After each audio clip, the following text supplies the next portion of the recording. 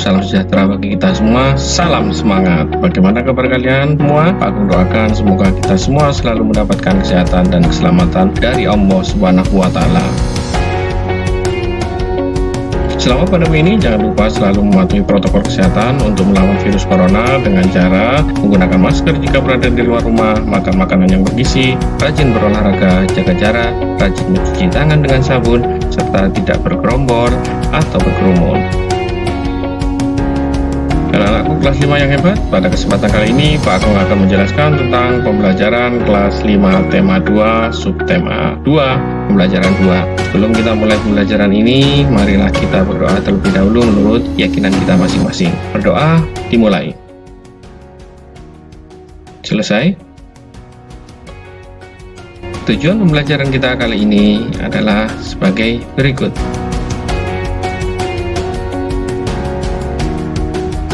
Pemetaan kompetisi dasar pembelajaran 2 terdiri dari Bahasa Indonesia, SPDB, dan IPA.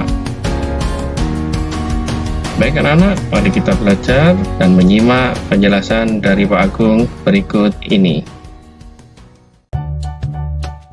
Pagi itu, udara terasa dingin. Di sebelah rumah Edo tinggal kakek Husein. Kakek Husein mengidap penyakit asma. Saat udara dingin, kakek Husein akan merasa kesulitan bernafas. Kakek Husein biasanya akan segera menyemprotkan obat di dalam botol spray. Obat itu disemprotkan ke dalam tenggorokannya. Tak lama setelah itu, kakek Husein akan dapat bernafas lagi dengan lega. Asma merupakan penyakit penyumbatan saluran pernafasan yang disebabkan oleh alergi. Pencetus alergi misalnya udara dingin, rambut, bulu, kotoran, debu, atau tekanan psikologis. Gejala awal penyakit asma berupa 1. Batuk terutama pada malam atau dini hari. 2. Sesak nafas. Yang ketiga, nafas berbunyi yang terdengar jika pasien menghembuskan nafasnya. 4. Rasa berat di dada. Dan yang kelima, dahak sulit keluar. Nah, kalian perhatikan di sini perbedaan bronkus normal dan bronkus yang sakit. Perbedaan bronkus pada penderita asma dan bukan penderita asma. Di sini ada gambar, yaitu saat nyeri di dada, kemudian sulit bernafas. Nah, untuk melegakan tenggorokannya harus menggunakan alat spray atau bantuan oksigen. Dalam perkembangan pasien penderita asma dapat mengalami gejala berat. Gejala berat adalah keadaan gawat darurat yang mengancam jiwa. Gejala berat asma meliputi 1.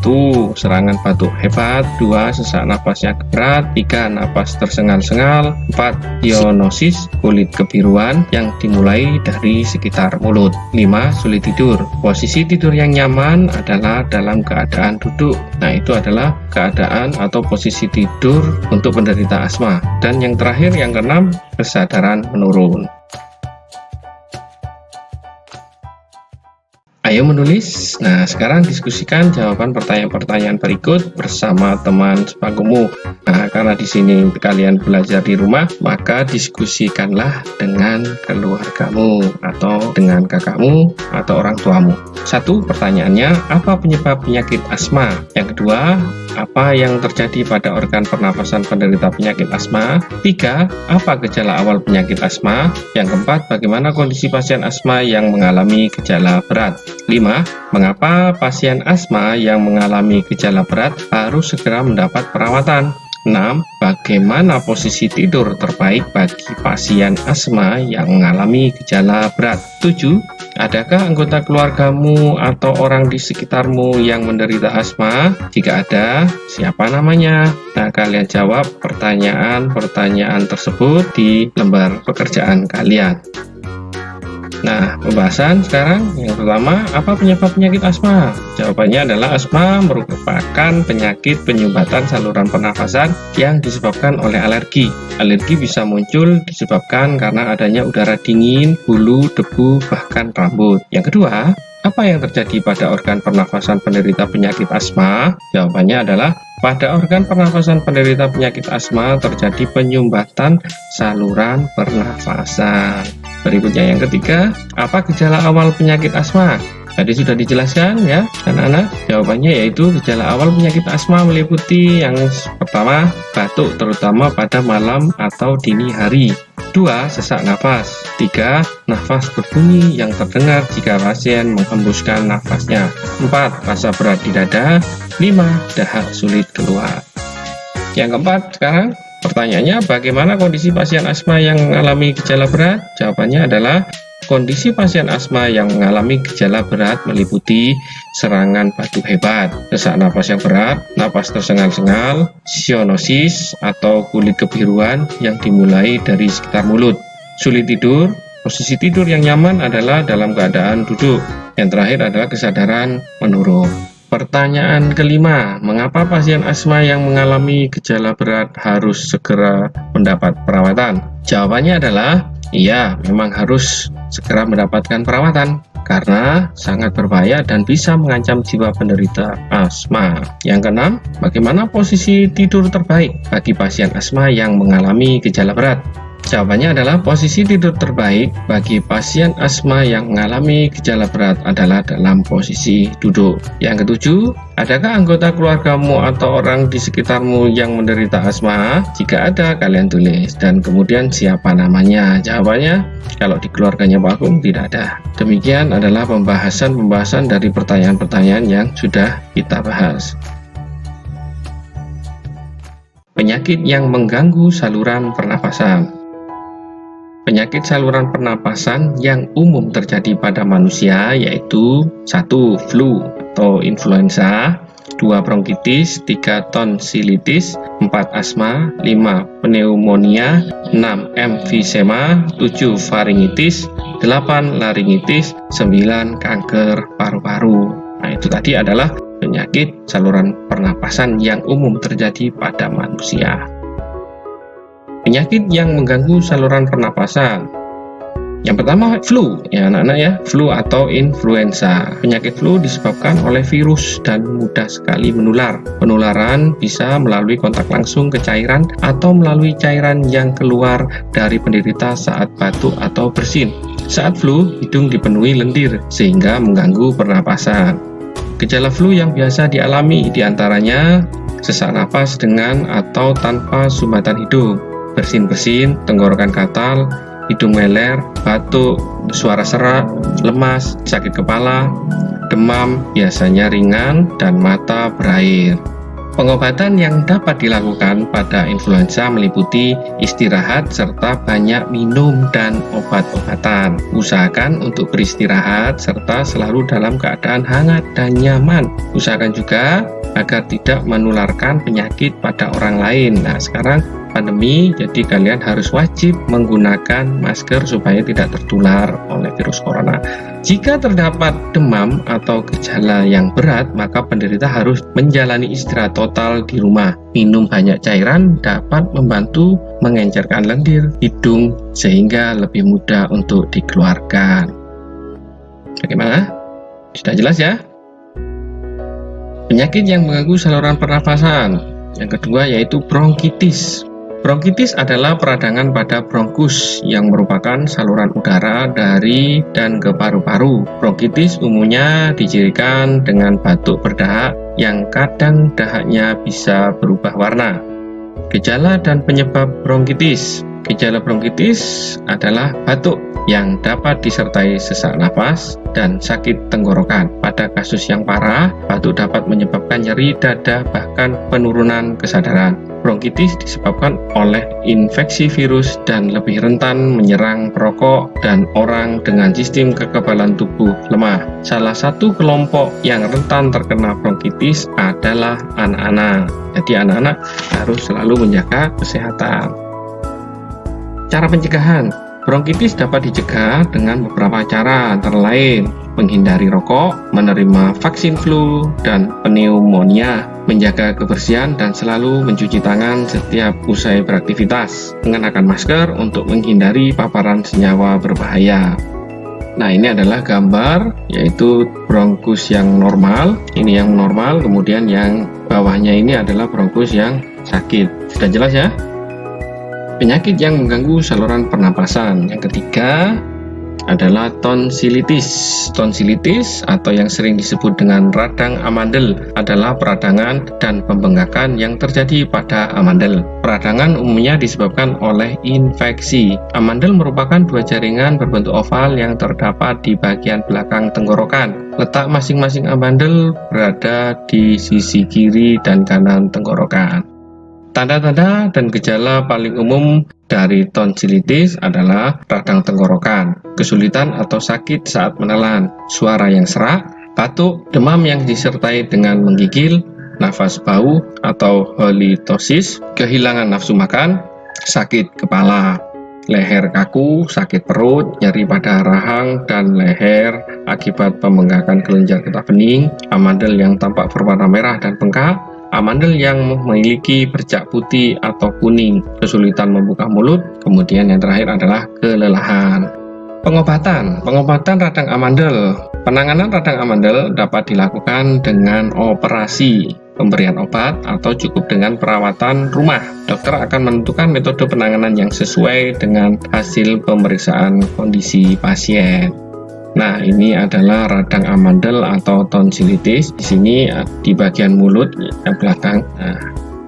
Nah, radang ini biasanya kalian sering minum es, tonsilitisnya atau amandelnya merada. Salah satu caranya yaitu dioperasi dan pemberian obat. Sudah jelas ya? Berikutnya penyakit yang mengganggu saluran pernapasan. Yang keempat yaitu asma. Asma disebabkan oleh penyempitan saluran napas. Sesak napas menjadi tanda umum dari penyakit ini. Biasanya sesak napas dibarengi oleh mengi, breathing, yang merupakan suara khas bernada tinggi saat pasien mengeluarkan napas. Penyebab asma. Asma dapat disebabkan oleh debu, asap rokok, bulu binatang, udara dingin, aktivitas fisik, infeksi virus, atau bahkan terpapar zat kimia. Namun, hingga kini penyebab dari asma belum diketahui secara pasti. Gejala asma. Beberapa gejala asma yang biasa terjadi adalah nyeri dada, batuk-batuk, dan mengi. Ini juga salah satu jenis penyakit yang dapat dialami oleh semua golongan usia dari anak-anak hingga orang dewasa. Sekarang pengobatannya. Dalam pengobatan asma ada dua hal yang perlu dilakukan, yakni meredakan gejala dan mencegah gejala kambuh. Oleh karena itu, penting untuk menjalani pengobatan dengan dokter, sehingga dapat diberikan obat untuk mengatasi asma. Berikut adalah tampilan gambar saat gangguan pernafasan, yaitu penyakit asma. Jadi harus menggunakan alat bantu spray yang disemprotkan ke mulutnya supaya memudahkan dalam bernapas. Penyakit yang mengganggu saluran pernafasan. Yang kelima yaitu pneumonia. Pneumonia atau yang biasa disebut dengan radang paru-paru merupakan peradangan akibat infeksi. Gejala umum dari pneumonia adalah batuk berdahak, demam, dan sesak napas. Ciri lain dari penyakit ini adalah dahak kental yang dapat berwarna kuning, hijau, coklat, atau bernoda darah. Pneumonia bisa disebabkan oleh infeksi virus, bakteri, atau jamur. SARS-CoV-2 yang menyebabkan COVID-19 adalah salah satu jenis virus yang bisa menyebabkan pneumonia. Pneumonia akibat COVID-19 bisa menyebabkan komplikasi berbahaya. Salah satunya adalah Acute Respiratory Distress Syndrome atau yang disebut ARDS. Pengobatan pneumonia. Pneumonia akibat infeksi bakteri akan ditangani dengan pemberian antibiotik. Selain itu, dokter juga dapat memberikan beberapa obat pneumonia lainnya untuk meredakan gejala yang muncul, seperti obat batuk, obat penurun demam, atau obat pereda nyeri. Nah, ini gambar pengidap penyakit pneumonia, yaitu di alveolusnya. Jadi ada virus atau bakteri. Jadi alveolusnya terjadi peradangan. Kakek Hussein mempunyai cucu laki-laki seumuran Edo bernama Dani. Edo dan Dani sering bermain bersama. Siang itu mereka bermain menggunakan bola kecil. Setelah bermain, Dani mengajak Edo ke rumahnya. Di dalam rumah Dani, Edo melihat berbagai macam topeng. Kata Dani, topeng-topeng itu adalah properti tari. Ternyata kakek Hussein dulunya seorang penari. Nah, apa itu properti tari? Di sini Pak Gun jelaskan, properti tari merupakan benda-benda yang digunakan sebagai alat untuk mendukung ungkapan suatu gerakan. Beberapa contoh benda yang dapat digunakan menjadi properti tari antara lain 1. Alat perang, 2. Bambu, 3. Boneka, 4. Bulu burung, 5. Bunga, 6. Gamelan gong, 7. Kipas, 8. Kuda-kudaan, 9. Payung, 10. Piring, 11. Rebana, 12. Selendang, 13. Tempurung kelapa, 14. Topeng, dan sebagainya. Masih banyak lagi ya properti yang bisa digunakan untuk menari. Dasar pemilihan suatu benda digunakan sebagai properti adalah 1. Alat yang dijadikan properti tari harus menyimbolkan atau menggambarkan makna gerakan tari. 2. Alat yang digunakan tidak boleh menghambat gerakan tari. 3. Alat yang digunakan harus menyatu dengan gerakan, pakaian, dan makna dari gerakan tari. Sudah jelas ya? Fungsi properti tari adalah sebagai penambah nilai keindahan tarian yang ditampilkan. Selain itu juga sebagai media penyampaian pesan atau makna yang terkandung dalam gerakan tari yang dipertunjukkan. Banyak tarian ditarikan menggunakan properti. Salah satu jenis tari menggunakan properti adalah tari topeng. Sesuai namanya, penari tari topeng menggunakan topeng. Gambar berikut ini menunjukkan salah satu contoh tari topeng. Penari pada gambar sedang menarikan tari klono topeng. Adakah tarian lain menggunakan properti? Perhatikan beberapa gambar berikut yang menunjukkan gerakan tari menggunakan properti. Ada tari piring, ada tari ranggo ayak, tari kipas dari Sulawesi Selatan, tari kuda lumping dari Jawa Timur Ponorogo. Ayo mengamati, amatilah gambar dua tarian tersebut, tuliskan nama-nama properti yang dipakai pada gambar tarian itu. Nama properti yang digunakan pada tari piring, apa anak-anak ya? Ya betul, ya propertinya adalah piring. Nama properti yang digunakan pada tari ranggo ayak, kira-kira kalian tahu apa itu? Ya betul, jawabannya adalah rebana. Demikian materi kelas 5 tema 2 subtema 2 pembelajaran 2. Semoga pembelajaran kali ini dapat bermanfaat dan menambah motivasi belajar serta mempermudah dalam pemahaman materi. Tetap semangat belajar di rumah, selalu berdoa supaya pandemi ini cepat berakhir. Jaga kesehatan, jaga kebersihan lingkungan, dan jangan lupa selalu cuci tangan sebelum atau sesudah aktivitas.